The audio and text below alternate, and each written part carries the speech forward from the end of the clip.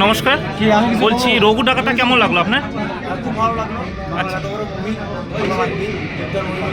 এসবিএফের movie এটা তো সবাই দেখার মতো আছে মুভি। হ্যাঁ, অবশ্যই সবাই দেখার মতো movie। আচ্ছা, দেবের অ্যাকশনটা কেমন লাগলো আপনাকে?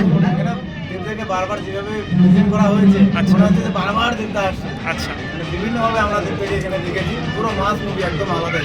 আচ্ছা, প্রথমবার আমরা দেবদাকে এতটা মানে ইয়েভাবে দেখেছি। তুমি আলাদাই look। আমরা সোশ্যাল মিডিয়া দেখতে পেরেছি যে আপনি দেবের সঙ্গে দেখাও করতে গিয়েছিলেন, তো মুভিটা কেমন ছিল আপনার? মুভি তো খুব ভালো। আর আমি দেখা করতে গেছি আমার অডিয়েন্সের জন্য, আমার অডিয়েন্সরা দেখে। আচ্ছা আচ্ছা আমরা সেই জিনিসটা হয়তো ভুলে যাচ্ছি যে আমাদের এই বাংলা মুভি বিশ্বের দরবারে আমাদের বাংলাকে প্রেজেন্ট করেছে। আচ্ছা, এটা কিন্তু অডিয়েন্সরা জানে। ঠিক। এখন মাঝখানে বাংলা মুভি একটু রিলিজ ডাউনে ছিল। আচ্ছা। খারাপ সময় আমাদের পাশে থাকা দরকার, যেহেতু বাংলাকে প্রেজেন্ট করেছে এই বাংলা মুভি বিশ্বের দরবারে।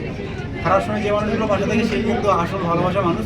বাংলা সিনেমা ইন্ডাস্ট্রি এই মুহূর্তে যারা মুভি দেখে তারা আসল সিনেমা লাভার। আমি আমার দর্শককে বলবো বাংলা সিনেমা ইন্ডাস্ট্রি প্রত্যেকটা মুভি দেখুন।